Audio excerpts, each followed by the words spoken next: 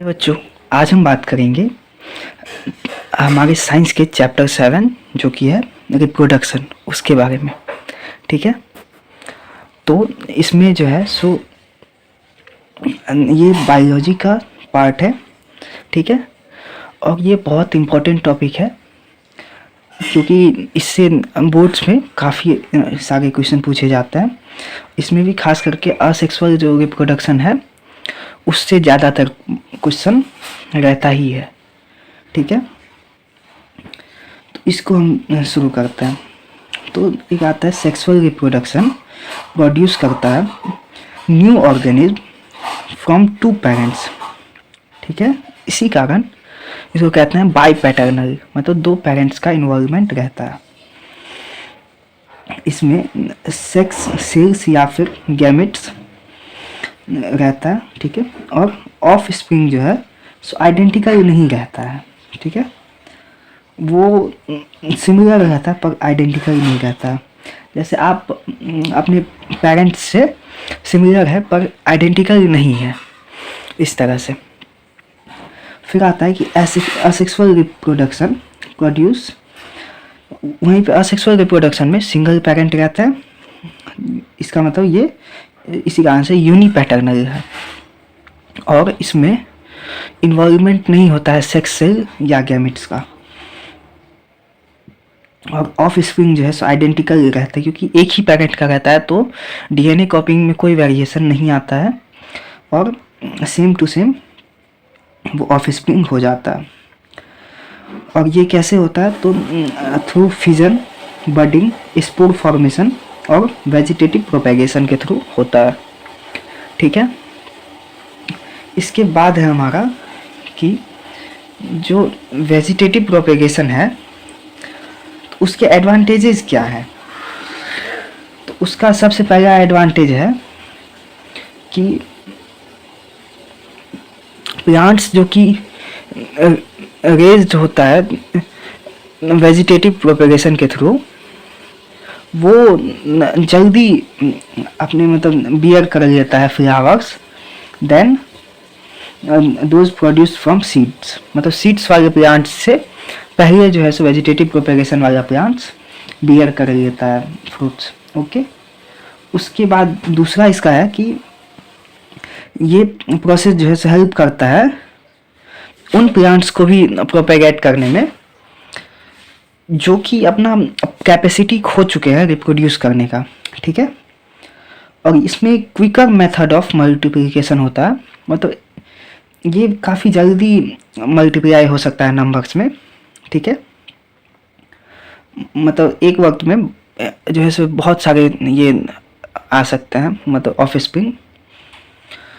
उसके बाद एक और इसका फ़ायदा रहता है कि ये गुड क्वालिटीज़ जो रहता है वैरायटी का, गुड क्वालिटी या रेस का जो है सो इसको प्लांट को वो हेल्प करता है प्रिजर्व करने में। ठीक है, फिर ह्यूमन जो है सो यूज़ करते हैं सेक्सुअल मोड ऑफ रिप्रोडक्शन और formation of male germ cell जो कि स्पर्म होता है वो टेस्टिस में होता है, इसका स्पर्म का फॉर्मेशन। और टेस्टिस कहाँ पे होता है? तो आउटसाइड द एब्डोमिनल कैविटी जो कि स्क्रोटम में होता है, in scrotum outside the abdominal cavity वो लोकेटेड रहता है। ठीक है, फिर इसके बाद है हमारा स्क्रोटम में रिलेटिवली कम टेम्परेचर रहता है जो कि चाहिए होता है स्पर्म फॉर्मेशन के लिए। टेस्टिस के द्वारा जो टेम्परेचर चाहिए वो टेम्परेचर उसमें रहता है, जो कि रिलेटिवली कम होता है टेम्परेचर हमारे नॉर्मल बॉडी से।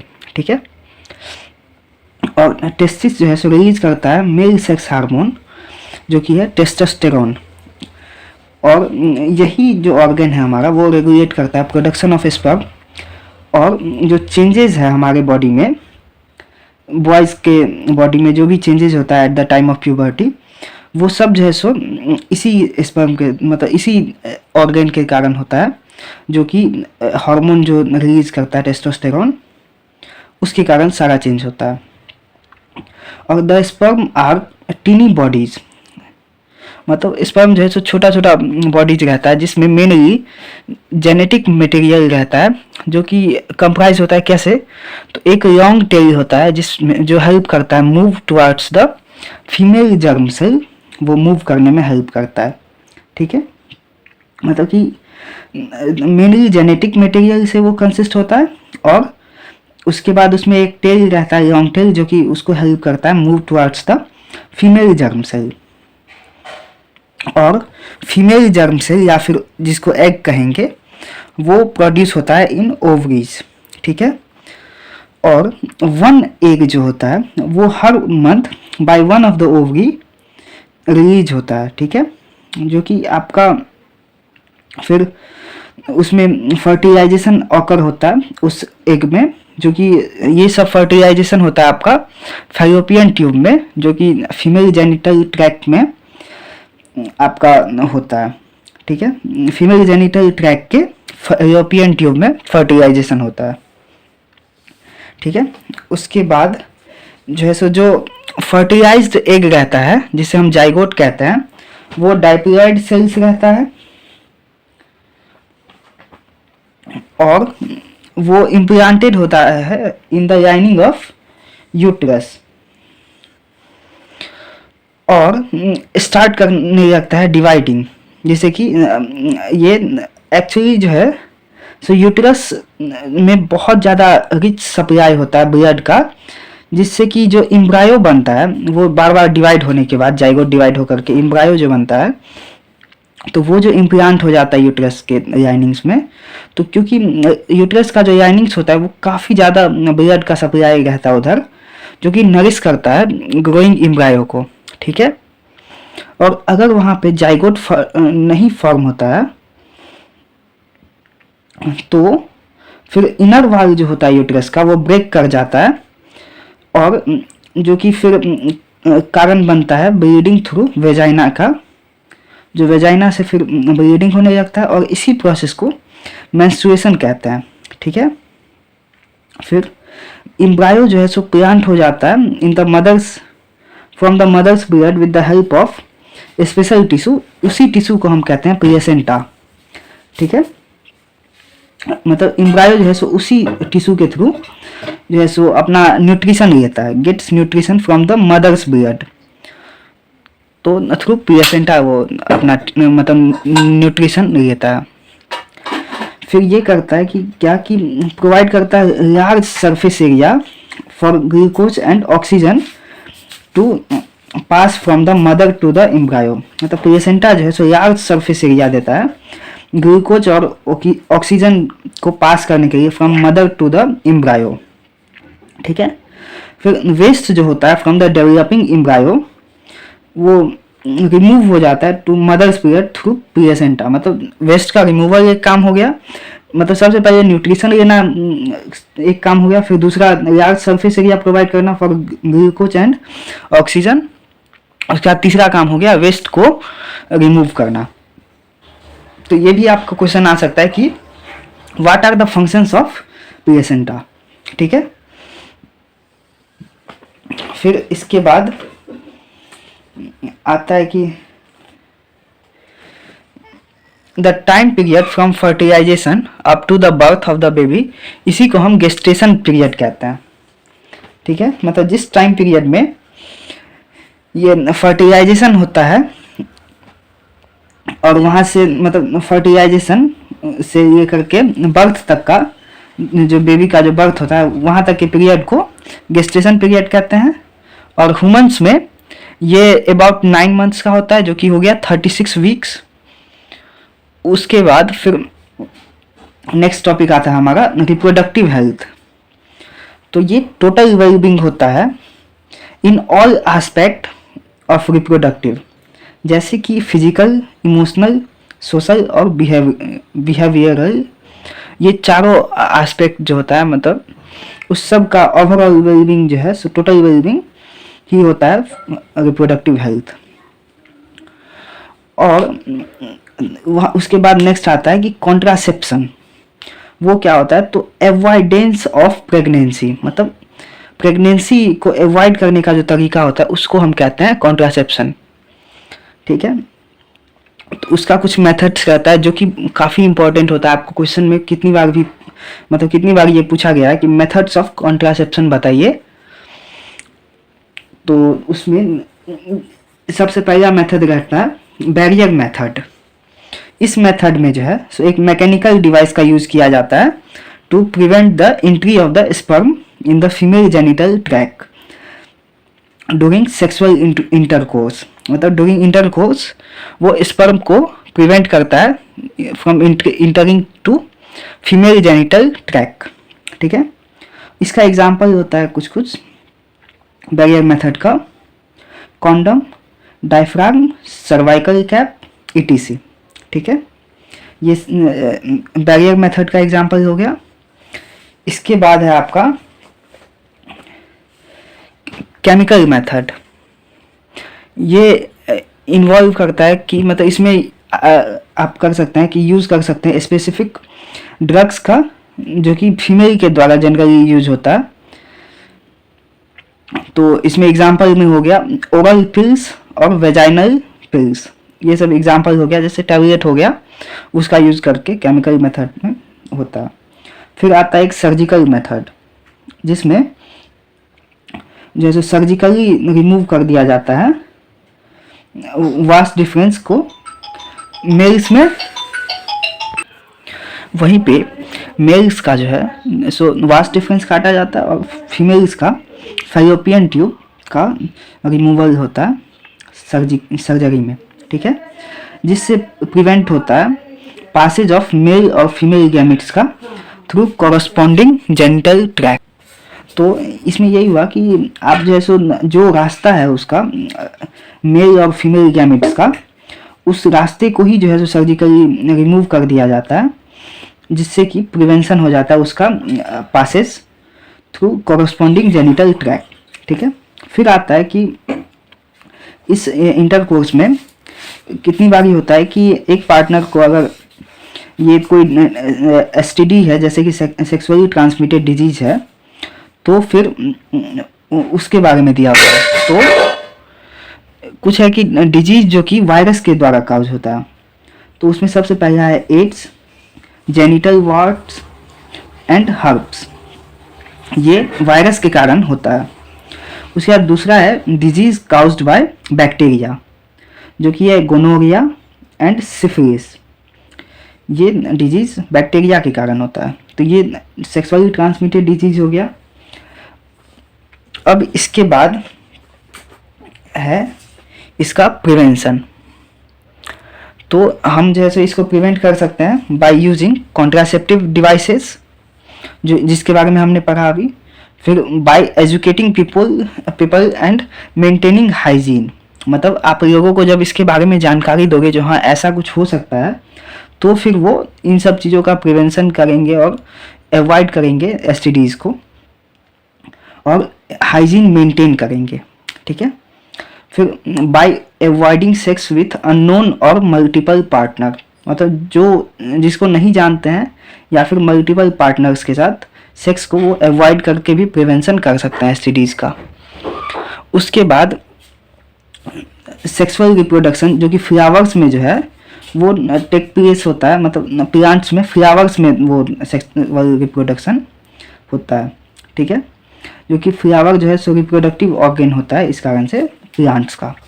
और टिपिकल फ्लावर में 4 मेन वोल्स रहते हैं, नेमली कैलिक्स, कोरोला, एंड्रोसियम एंड गाइनेसियम। तो कैलिक्स को सेपल्स भी कहते हैं, कोरोला को पेटल्स भी कहते हैं, एंड्रोसियम को स्टेमन भी कहते हैं, और गाइनोसियम को कार्पेल्स भी कहते हैं। ठीक है, और फ्लावर्स जो है सो 2 तरह के रहते हैं, एक यूनिसेक्सुअल जिसमें एग्जाम्पल हो गया पपाया, और एक होता है बाइसेक्सुअल जिसमें एग्जाम्पल हो गया हिबिस्कस। ठीक है, उसके बाद है कि पॉलिनेशन। तो पॉलिनेशन है transfer of pollen grains from anther to stigma. ठीक है, इसी ट्रांसफ़र को हम पॉलिनेशन कहते हैं। ये 2 तरह का होता है, एक होता है सेल्फ पॉलिनेशन, एक होता है क्रॉस पॉलिनेशन। ठीक है, सेल्फ पॉलिनेशन में जो है सो सेम फ्लावर के एंथर से स्टिग्मा पे होता है, और क्रॉस पॉलिनेशन में एक प्लांट के जो है सो एक फ्लावर से दूसरे प्लांट के फ्लावर पे जो पॉलन ग्रेन्स का ट्रांसफ़र होता है वो होता है। ठीक है, फिर इसके बाद आता है कि जो ट्रांसफ़र होता है पॉलन का वो हो सकता है कुछ एजेंट्स के द्वारा, जैसे कि विंड, वाटर, एनिमल्स, इन सब के द्वारा ट्रांसफ़र ऑफ पॉलन ग्रेन्स होता है। और आफ्टर पॉलिनेशन एक पॉलन ट्यूब का ग्रो होता है, मतलब ग्रोथ होता है out of the pollen grains. ठीक है, और उसके थ्रू मेल जर्म सेल जो है सो रीच करता है ओवरी और फ्यूज करता है फीमेल जर्म सेल से। ठीक है, पॉलिनेशन के बाद ये होता है। और फिर इसके बाद आता है कि fertilization is the process of fusion of male and female gametes, जिससे कि प्रोडक्शन होता है जाइगोट का, और इनसाइड द ओवरी ये होता है प्लांट्स में। ठीक है, तो यहाँ पे जो हुआ है पॉलिनेशन के बाद तो फर्टिलाइजेशन का प्रोसेस हुआ है कि ये मेल जर्म सेल जो है सो रीच किया ओवरी और फ्यूज कर गया with the female germ cell. ठीक है, उसके बाद फर्टिलाइजेशन के बाद क्या क्या चेंजेस होता है, तो जाइगोट जो है सो डिवाइड करता है सेवरल टाइम्स, जिससे कि एम्ब्रायो का फॉर्मेशन होता है विद इन द ओव्यूल। उसके बाद फिर ओव्यूल जो है सो डेवलप करता है टफ कोट, जो कि कन्वर्ट हो जाता है सीड्स में। ठीक है, मतलब कि ovule develops a tough coat और कन्वर्ट कर लेता है खुद को सीड में। फिर ovary ripens to form a fruit, और वही ओवरी जो है सो पक जाता है और उससे फिर वो फ्रूट बन जाता है। ठीक है, फिर petals, sepals, stamen, style and stigma जो है सो में श्रिवल ऑफ। ठीक है, उसके बाद आता है कि the seed contain the future plant और एम्ब्रायो। सीड जो है सो कॉन्टेन करता है फ्यूचर जो प्लांट आने वाला है उसको और एम्ब्रायो को। इस दोनों में से मतलब कोई एक चीज़ रहता है उसके अंदर जो डेवलप हो जाता है इनटू अ सीडलिंग, जब उसको सुटेबल कंडीशन दिया जाता है। सीडलिंग मतलब कि थोड़ा सा जो छोटा सा प्लांट जो अंकुरित जो होता है उसको कहते हैं इस सीडलिंग, और इसी प्रोसेस को कहते हैं जर्मिनेशन। ठीक है, उसके बाद आता है डीएनए कॉपीइंग। तो सेल्स जो है से यूज करता है केमिकल रिएक्शन का डीएनए कॉपी को बनाने के लिए। ठीक है, मतलब केमिकल रिएक्शन के थ्रू जो है सो डीएनए का कॉपीज बनता है, और इस रिएक्शन के टाइम में ये क्रिएट कर लेता है 2 कॉपीज डीएनए का इन अ रिप्रोड्यूसिंग सेल। और ये डीएनए कॉपिंग जो है सो एक्कम्पनी होता है by the creation of additional cellular apparatus, जिससे कि फैसिलिटेट करता है डीएनए कॉपीज को with its own cellular apparatus. ठीक है, उसके बाद आता है कि डीएनए कॉपिंग जो है सो वेरिएशन को भी का भी कारण बनता है, और यही जो है सो बाद में बेसिस बनाता है इवोल्यूशन का, जो कि इवोल्यूशन जो होता है आपका तो छोटे छोटे वेरिएशन के कारण ही बाद में इवोल्यूशन हो जाता है। ठीक है, तो उसका ये बेसिस बनता है डीएनए कॉपिंग। ठीक है, यहाँ पे आपका चैप्टर हो गया कंप्लीट। आप अगर ऐसे ही चाहते हैं कि 15 मिनट 20 मिनट के अंदर आपका कंप्लीट चैप्टर रिवाइज हो जाए एकदम रैपिड वे में, तो आप जो है सो इसको देख सकते हैं। और ऐसे ही हमने पूरा साइंस कंप्लीट कर दिया है ऑलमोस्ट। आप जो है हमारे सारे वीडियोस को देख करके अपना रिवीजन कर सकते हैं। हमने सारे वीडियोस को एकदम शॉर्ट वे में इजीली एक्सप्लेन कर दिया है। ठीक है, तो आप ऐसे ही वीडियोस के लिए आप जो है सो हमारे चैनल को सब्सक्राइब कर सकते हैं। Thanks for watching.